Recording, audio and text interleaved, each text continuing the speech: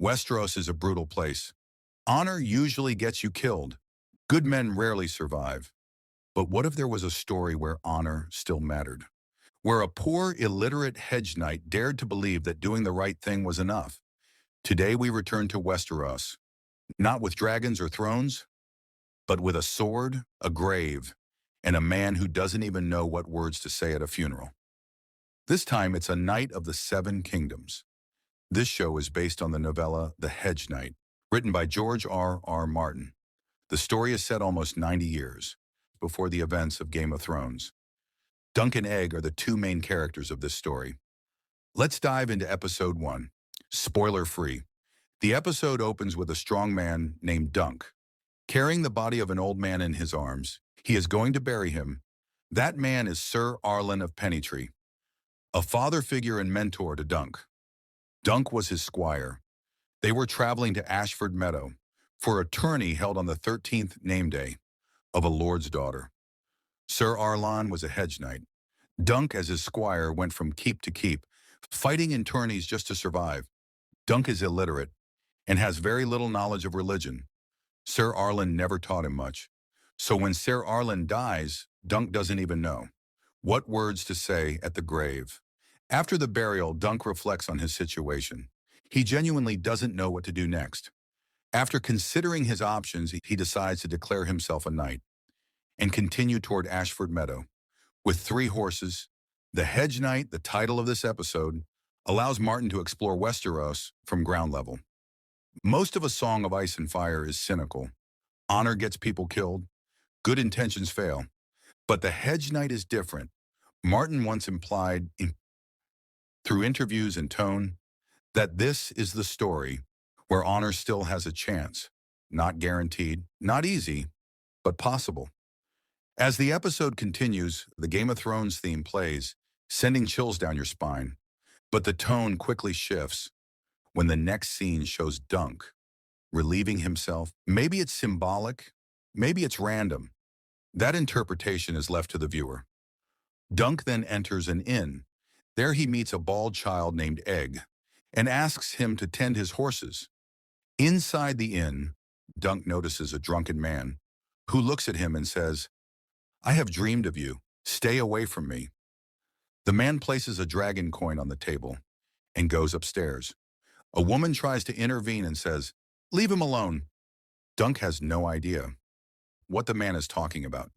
He later exchanges a few words with a woman at the inn about the upcoming tourney.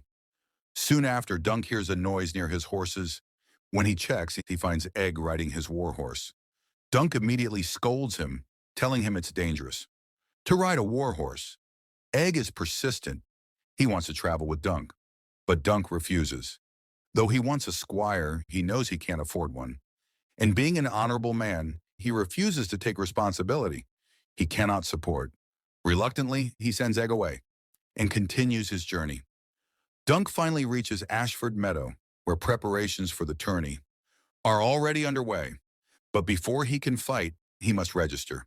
He meets a steward named Plummer. "Lord Ashford's master of games," Plummer tells him. "Only knights may compete." Dunk claims he is a knight, but has no proof.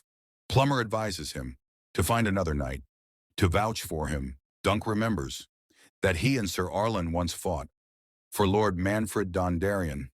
He goes looking for him, but the Lord is unavailable.